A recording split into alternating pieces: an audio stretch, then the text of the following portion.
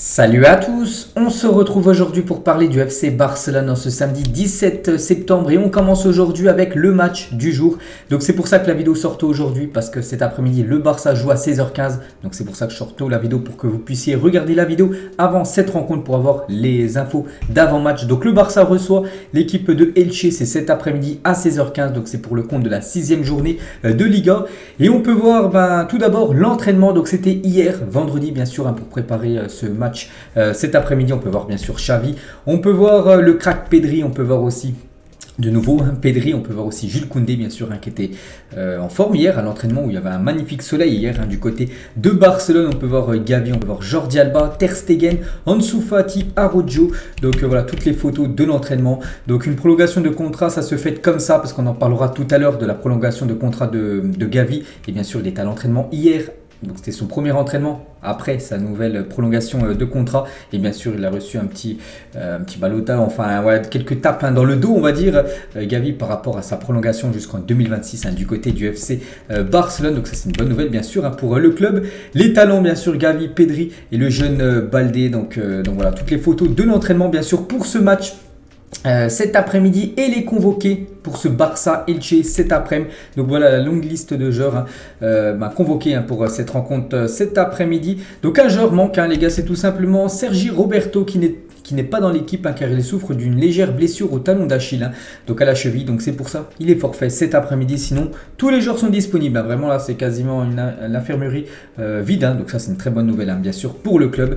Donc quelques déclarations de Xavi en conférence de presse hier soir avant la rencontre de cet après-midi. Nous sommes en compétition avec le même adversaire avec lequel nous avons affronté la saison dernière. Ils sont physiquement forts, leur force réside dans leur travail d'équipe. Nous n'aurions pas gagné contre eux la saison dernière sans un penalty marqué par Memphis Depay contre cette équipe de Elche qui avait énormément gêné le FC Barcelone saison dernière. Il a également dit Xavi, je suis toujours contrarié par le match contre le Bayern. Nous aurions dû gagner ce match, même pas un match nul. Nous avons contrôlé le match et les joueurs connaissaient leur erreur dans ce match, mais je suis toujours contrarié, toujours quand même très déçu par rapport bien sûr à cette contre-performance du FC Barcelone. Bon, c'était quand même le Bayern en face, mais le Barça, d'après Xavi, même d'après je pense tous les supporters du Barça qui ont regardé le match, le Barça méritait la victoire. Dommage, il y a eu une défaite 2-0. Toujours avec Xavi en conférence de presse hier soir, le Barça portera un maillot extérieur blanc la saison prochaine. On avait déjà porté du blanc, donc ce n'est plus d'actualité. D'ailleurs, ce n'est pas officiel, n'est-ce pas? Quand c'est officiel, demandez-moi. Parce que je l'ai montré, c'est dans l'épisode avant-hier du FC Barcelone que les futurs maillots pour la prochaine saison avaient déjà fuité. Donc le maillot à domicile, je l'avais montré. Et le maillot extérieur devrait être un maillot de couleur blanc. Donc bon, c'est pas encore officiel comme le dit Xavi. Mais bon, voilà, c'est quasiment fait. Et donc il a dit un jour en blanc, on l'a déjà fait. Donc voilà, pour lui, il est plutôt content bien sûr que ce maillot... soit le maillot extérieur pour la saison prochaine. Et sur le Twitter, actualité Barça, le maillot blanc validé, pas validé, donc plus de 4151 votes. On peut voir que la plupart, quasiment 71% des votants ont mis validé. Voilà, enfin que ce maillot extérieur blanc est plutôt beau. Donc voilà, bon, c'est quasiment officiel, je vous l'ai dit, ça sera officiel en fin de saison. On revient sur Xavi avec ses déclarations d'avant-match. Quand vous regardez le match à Munich, vous réalisez qu'on aurait dû gagner. Il y avait un manque d'efficacité et certains détails. Vous devez être concentré pendant les 90 minutes de jeu et vous devez apprendre de ces erreurs. La colère est importante, mais le foot continue. Donc voilà, il a eu pas mal de questions par rapport à cette défaite contre Munich et revient toujours, bien sûr, qu'il est très contrarié par surtout le résultat. Vinicius, chacun fait les buts comme il le veut, que chacun fasse comme il veut tant qu'il ne manque pas de respect à personne par rapport à ce qui se passe actuellement du côté de l'Espagne. On en parlera tout à l'heure avec Vini Junior. C'est vrai que c'est un joueur du Real Madrid, mais voilà, ce joueur Vini Junior, à chaque fois qu'il marque des buts, il fait des danses et ça fait énormément polémique du côté de l'Espagne. Donc voilà ce que dit Xavi, il réagit par rapport aux danses de Vini Junior. Voilà, tant que ça manque de respect à personne, qui continue bien sûr à danser. C'est une célébration comme une autre. Toujours avec Xavi, la pause vient au bon moment, donc la trêve internationale. Nous n'avons pas arrêté, nous avons fait beaucoup de voyages pour le staff. C'est une pause opportune car je pense que près de 90% des joueurs iront avec leur équipe nationale. Il a également dit nous devons gagner donc aujourd'hui et ensuite voyons ce qui se passe. Nous devons être attentifs aux autres matchs, d'autres plus que c'est le derby de Madrid demain soir. L'Atlético contre le Real Madrid, donc peut-être le Real pourrait lâcher des points, donc c'est pour ça que le Barça pourrait, il surtout devrait essayer de gagner cet après-midi parce que c'est une contre-performance du Real Madrid demain du côté du voisin de l'Atlético. Et si le Barça s'impose, le Barça pourrait être leader du championnat espagnol. Donc Donc il va, voilà, comme il a dit, on va regarder bien sûr tout ce qui va se passer pour cette journée, cette sixième journée de Liga, mais surtout ce qu'il faut, c'est remporter le match cet après-midi. Je vais demander à Jordi Cruyff de nous payer un dîner pour fêter ça, je suis content pour lui et pour le club. C'est une personne très valable et c'est une décision totalement sage du club par rapport à Jordi Cruyff qu'on parlera aussi tout à l'heure, qu'un nouveau poste du côté du FC Barcelone. Toujours avec Xavi, je pense que que nous pouvons battre n'importe quelle équipe, mais on doit le montrer. J'ai parlé à toute l'équipe et nous leur avons montré des vidéos de leur erreur. Ils étaient mécontents de leur occasion manquée. On a bien joué. Il manquait juste le score des matchs de Ligue des Champions où il ne faut pas rater autant d'occasions. Il revient encore sur ce match contre le Bayern. Il est revenu beaucoup de fois parce que bien sûr ça lui reste en travers la gorge, on peut dire. Xavi, à propos de Ferran Torres, j'ai beaucoup de confiance en lui. L'autre jour, il a fait la différence. C'est un footballeur important pour l'équipe et pour moi. Il a dit à Marcos Alonso, il a joué un grand match contre le Bayern. C'est distingué dans les positions défensives et offensives et a fait de belles passes, de grands centres. Donc voilà les déclarations. Et quelques autres. Donc à propos d'Ansu Fati, donc je décide, vous devez être prudent. L'année dernière, nous étions peut-être trop rapides et c'était un problème voilà, concernant les blessures d'Ansu Fati. Donc il a dit qu'actuellement Ansu va bien. Donc c'est un grand joueur et il fait la différence quand il entre. C'est important pour nous. On attend peut-être un peu plus d'intensité pendant le match, mais il revient progressivement et il comprend qu'il sort d'une situation difficile avec cette blessure qu'il a subie lors de la saison dernière, la fin de saison.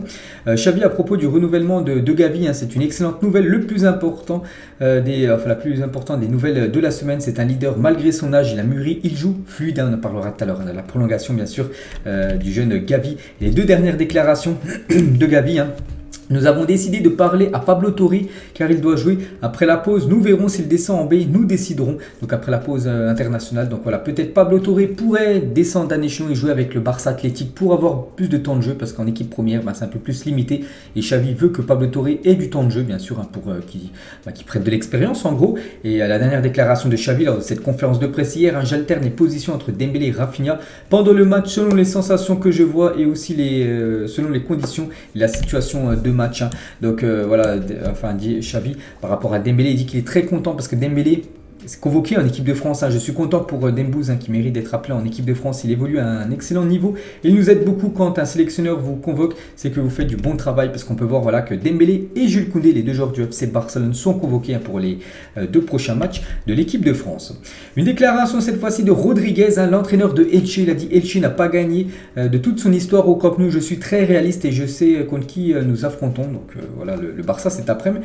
Une équipe très différente de la saison dernière. Ils viennent d'une défaite contre le Bayern, mais nous essaierons de briser les statistiques et le rendre différent du précédent. Donc voilà, bien sûr, il sait que c'est très compliqué pour son équipe, mais il va essayer de gêner énormément l'équipe du Barça. Ce qu'il va falloir, je pense que le Barça, bien sûr, va dominer la rencontre. Il y aura beaucoup d'occasions.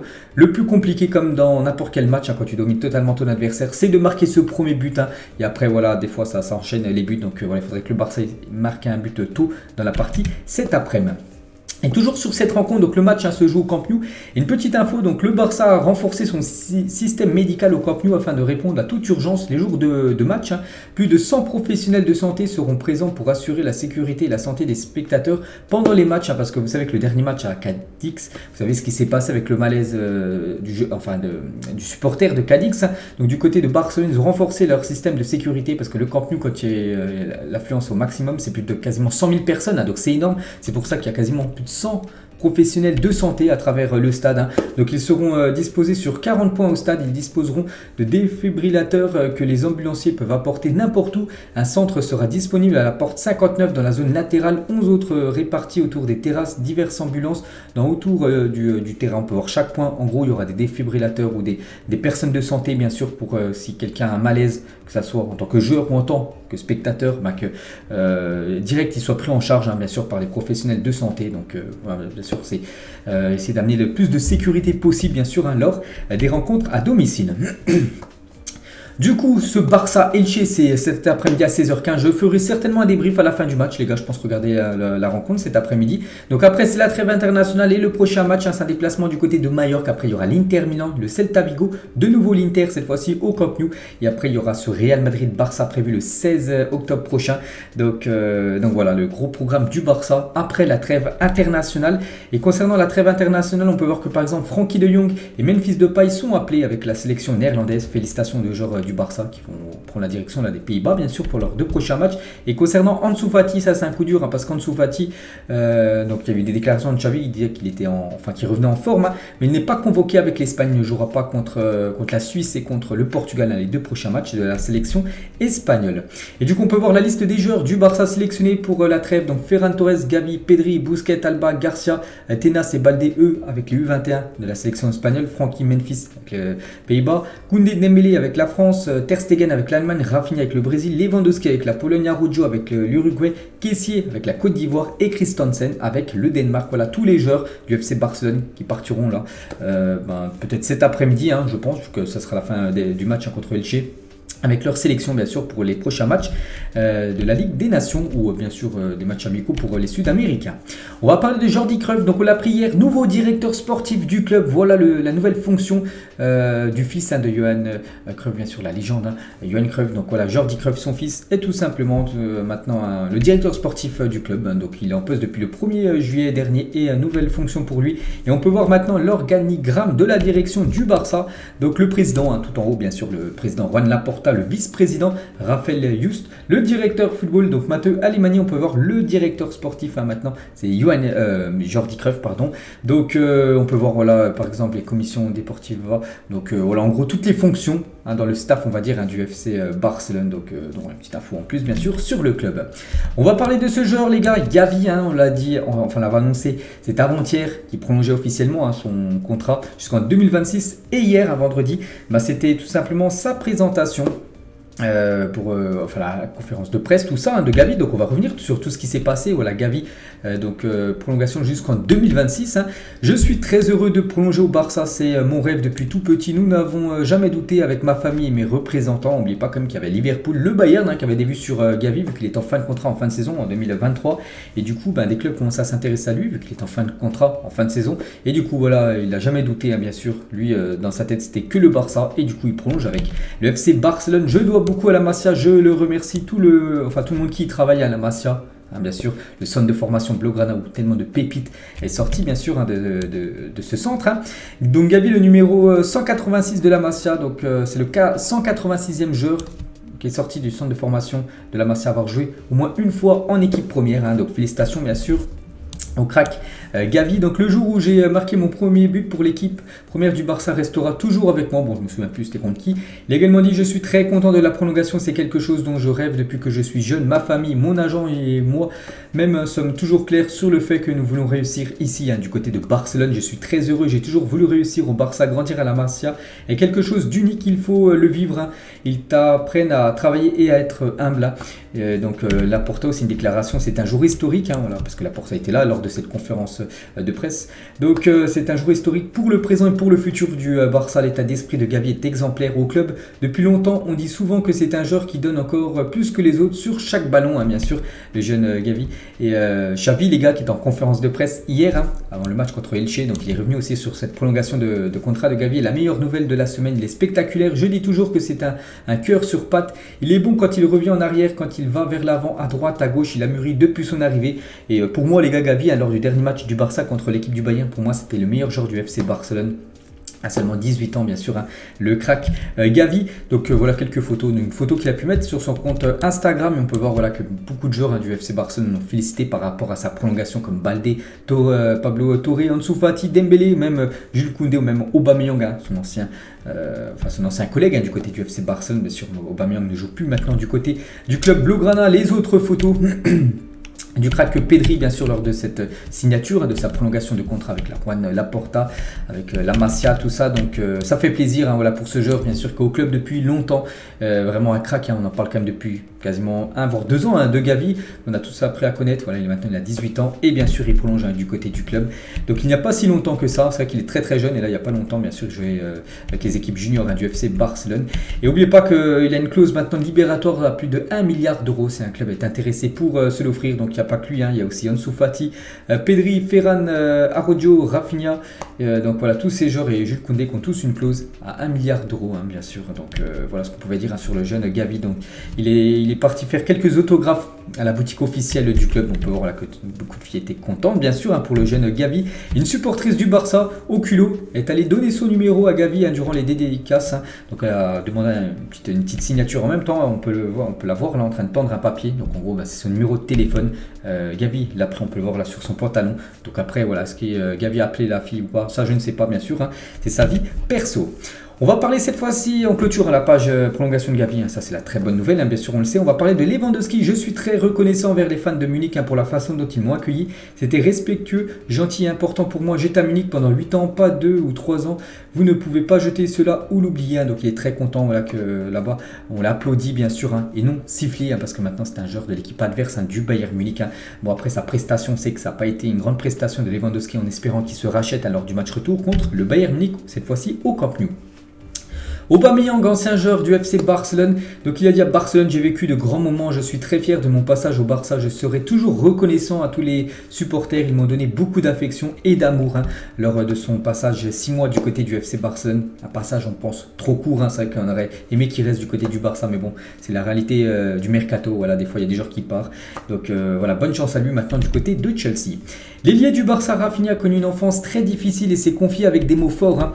Donc il a dit: pendant mon adolescence, j'ai perdu beaucoup d'amis dans le monde du crime ou dans le trafic de drogue. Des amis qui étaient bien meilleurs que moi au football et qui auraient pu être dans de grands clubs. Donc voilà ce qu'il a dit par rapport à son enfance difficile. Il a également dit: il serait injuste de dire que j'ai eu faim dans ma vie parce que mes parents n'ont jamais manqué de nourriture à la maison. Pourtant, après l'entraînement, j'allais dans la rue et demandais aux gens de m'acheter un truc à manger. Donc voilà, il mangeait pas sa faim en gros quand il était jeune, vu qu'il vient du Brésil, peut-être d'une famille peut-être pauvre, je sais pas en fait son enfance, mais bon, d'après ce qu'il dit, voilà, que c'était compliqué bien sûr son enfance. Donc il a réussi à s'en sortir bien sûr. Rafinha maintenant, un grand joueur du côté du FC Barcelone. Il parle aussi de sa relation avec Ronaldinho.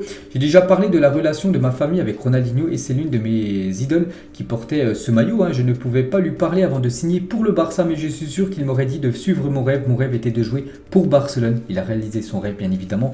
Le joueur Rafinha, il joue maintenant du côté du Barça.